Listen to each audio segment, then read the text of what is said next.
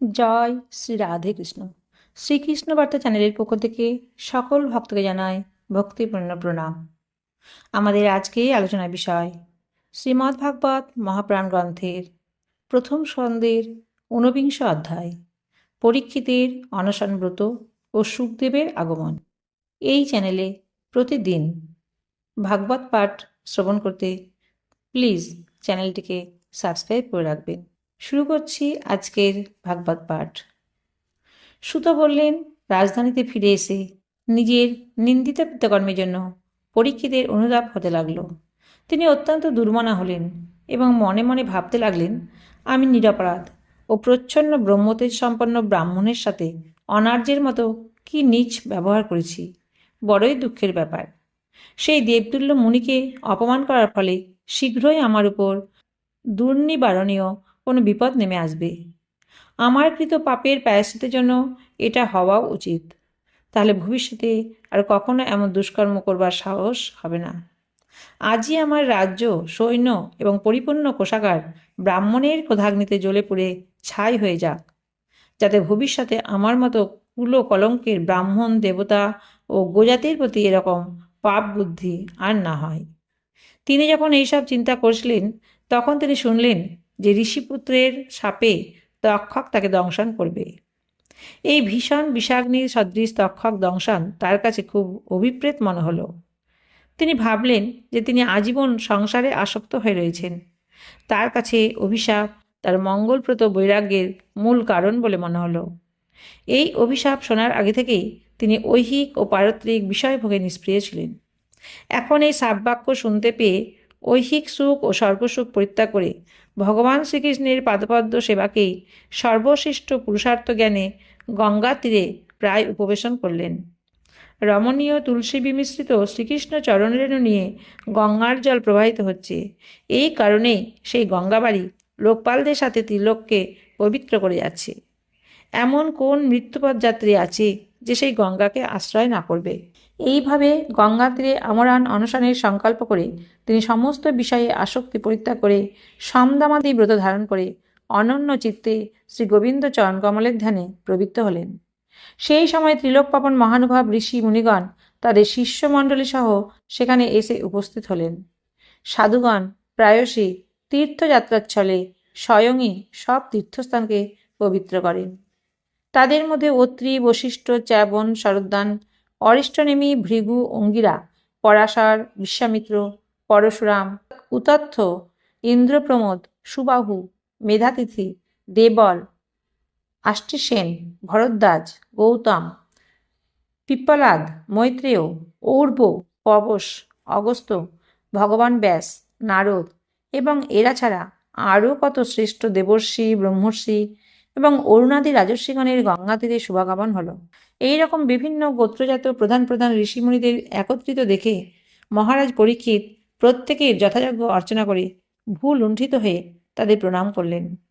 সকলে সুখাসনে উপবেশন করলে মহারাজ পরীক্ষিত আবার তাদের প্রণাম করলেন এবং নির্মল চিত্তে কৃতাঞ্জলি পুটে তাদের সামনে দাঁড়িয়ে নিজের প্রায় উপবেশনাদি বৃত্তান্ত নিবেদন করলেন।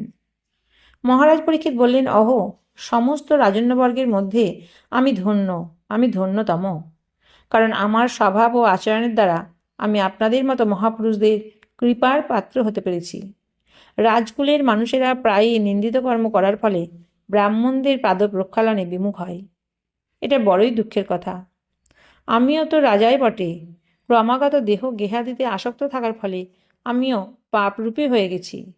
এরই ফলে স্বয়ং ভগবানই ব্রাহ্মণের শাপরূপে আমার উপর কৃপা করার জন্য উপস্থিত হয়েছেন।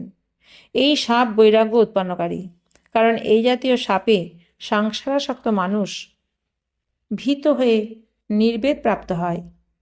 হে ব্রাহ্মণগণ, এখন আমি আমার মন ভগবানে সমর্পণ করে দিয়েছি। আপনারা এবং মা গঙ্গা আমাকে শরণাগত জেনে কৃপা করুন। ব্রাহ্মণ কুমারের শাপে প্রেরিত তক্ষক নাগ সাক্ষাৎ রূপে অথবা বঞ্চক হয়ে অন্য কোনো রূপ ধারণ করে আমাকে স্বচ্ছন্দে দংশন করুন। আমি তাতে বিন্দুমাত্র ভীত নয়। আপনারা দয়া করে শ্রী ভগবানের রসময়ী লীলা কীর্তন করুন।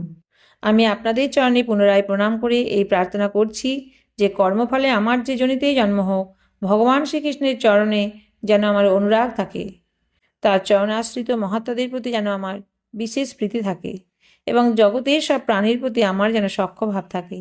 আপনারা আমায় সেই আশীর্বাদ করুন। পরম ধৈর্যশালী মহারাজ পরীক্ষিত এইভাবে কৃতসংকল্প হয়ে গঙ্গার দক্ষিণ তীরে পূর্বাগ্র কুশাসনে, যে কুশের অগ্রভাগ পূর্ব দিকে রয়েছে তাকে পূর্বাগ্র বলা হয়, সেই পূর্বাগ্র কুশাসনে উত্তরাভিমুখী হয়ে উপবেশন করলেন। রাজ্যভার তো তিনি আগেই পুত্র জন্মেজয়ের হাতে দিয়ে এসেছিলেন। পৃথিবীর একচ্ছত্র সম্রাট পরীক্ষিত যখন এই রকম প্রায়োপবেশন গ্রহণ করলেন, তখন আকাশে অবস্থিত দেবতাগণ আনন্দচিত্তে তার প্রশংসা করে পুষ্পবৃষ্টি করতে লাগলেন এবং পুনঃ পুনঃ দুন্দুভি বাদ্য হতে থাকল। সেখানে উপস্থিত সব মহর্ষিগণই পরীক্ষিতের সংকল্পের প্রশংসা করলেন এবং সাধু সাধু বলে তাতে সম্মতি জানালেন।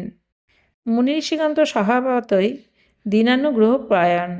শুধু তাই নয়, তাদের সমস্ত শক্তি লোক কল্যাণের কাজে ব্যয় হয়।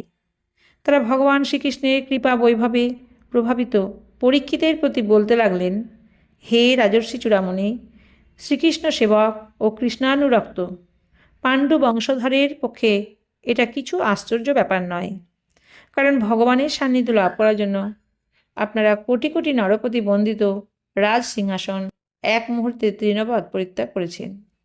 এই ভক্ত চূড়ামণি পরীক্ষিত যতদিন পর্যন্ত না নিজের নশ্বর দেহ পরিত্যাগ করে শোক মহাদিশূন্য প্রপঞ্চাতীত পরমধামে গমন করবেন, ততদিন পর্যন্ত আমরা সকলে এই স্থানে অবস্থান করব।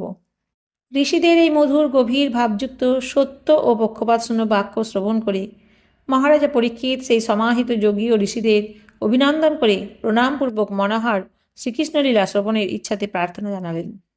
তিনি বললেন, হে মুনিগণ, আপনারা সকলে সব দিক থেকে এখানে এসে পদধূলি দিয়েছেন। আপনারা সত্যলোক নিবাসী মূর্তিমান বেদস্বরূপ। অপরের উপকার করা ছাড়া ইহলোকে বা পরলোকে আপনাদের আর অন্য কোনো প্রয়োজন নেই। এইরূপই আপনাদের স্বভাব। হে দ্বিজগণ, আপনাদের সম্পূর্ণ বিশ্বাস করে আমি আমার ইতিকর্তব্য সম্বন্ধে এই জ্ঞাতব্য বিষয়ে প্রশ্ন করছি। আপনারা সকলেই বিদ্বান। নিজেদের মধ্যে বিচার করে আমাকে বলুন যে সকলের পক্ষে সকল অবস্থায়, বিশেষত আসন্ন মৃত্যু পথযাত্রী মানুষের পক্ষে কায় মনে করণীয় নির্দোষ কর্তব্য কী? এখানে ব্রাহ্মণদের কাছে রাজা দুটি প্রশ্ন রেখেছিলেন। প্রথম প্রশ্ন জিজ্ঞাসা করেন যে জীবের পক্ষে সদা সর্বদা কী করা উচিত, এবং দ্বিতীয় প্রশ্ন জিজ্ঞাসা করলেন যে আসন্ন মৃত্যুর সময়ে মানুষের কী করা উচিত।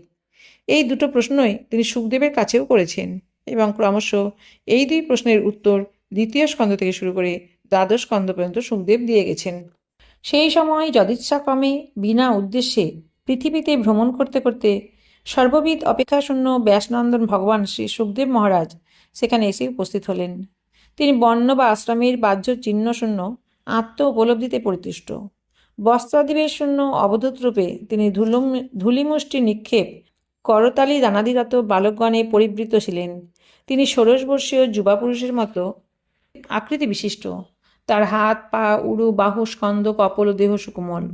মনোহর আয়তলোচন, উন্নত নাসিকা, সম ও সুললিত কর্ণদ্বয় এবং সুচারু ভ্রুযুগলে মুখমণ্ডল সুশোভিত এবং শঙ্খের মতো কণ্ঠদেশ রেখাত্রয় যুক্ত। স্কন্ধদেশের অস্থি দুটি মাংসে আবৃত, বিশাল ও উন্নত বক্ষদেশ, জলের ঘূর্ণির মতো গভীর নাভিদেশ, উদার বলিত্রায়ের দ্বারা রমণীয় আজানুলম্বিত দীর্ঘ বাহু, মুখমণ্ডল ইতস্তত বিক্ষিপ্ত কুটিল কুন্তল জালমণ্ডিত।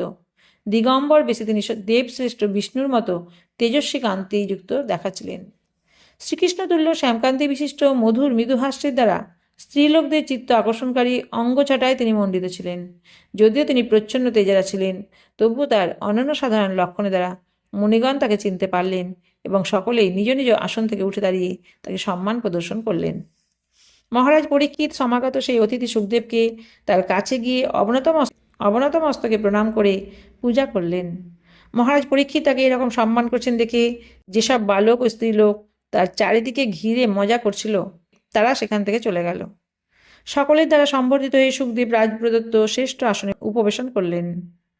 মহাসানে উপবিষ্ট হয়ে মহৎ অপেক্ষা সুমহৎ সেই ভগবান সুখদেব ব্রহ্মশ্রী, দেবশ্রী ও রাজর্ষিদের মধ্যে পরিবেষ্টিত হয়ে শুক্রাদি গ্রহ, নক্ষত্র ও তারকা পরিবেষ্টিত পূর্ণচন্দ্রের মতো শোভা পেতে লাগলেন। প্রকৃতপক্ষে তিনি মহাত্মাদেরও আদরণীয় ছিলেন।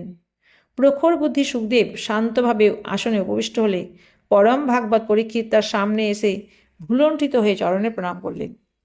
তারপর উঠে দাঁড়িয়ে করজোড়ে প্রণাম করলেন। তারপর পরম মধুর বাক্যে তাকে প্রশ্ন করলেন। পরীক্ষিত বললেন, হে ব্রহ্মণ, আজ আমি অতীব ভাগ্যবান, কারণ ক্ষত্রিয়াধম হওয়া সত্ত্বেও আমি সাধু পুরুষদের সেবার অধিকারী হলাম। অতিথিরূপে এখানে এসে আপনি আমাকে তীর্থতুল্য পবিত্র করে দিয়েছেন। আপনার মতো মহাত্মাকে স্মরণ করা মাত্রই গৃহস্থদের গৃহ তৎক্ষণাৎ পবিত্র হয়ে যায়। অতএব দর্শন, স্পর্শন, পাদ প্রক্ষালন এবং চরণ প্রান্তে উপবেশন করলে যে পরম পবিত্রতা লাভ হবে, এ আর অসম্ভব কি? হে মহাযোগী, ভগবান বিষ্ণুর নিকটস্থ হলে যেমন অসুরগণ বিনাশপ্রাপ্ত হয়, তেমনি আপনার সান্নিধ্যবশত মানুষের মহাপাতক সকলও তৎক্ষণাৎ বিনষ্ট হয়ে যায়। পাণ্ডব শাখা ভগবান শ্রীকৃষ্ণ অবশ্যই আমার প্রতি অত্যন্ত প্রসন্ন আছেন।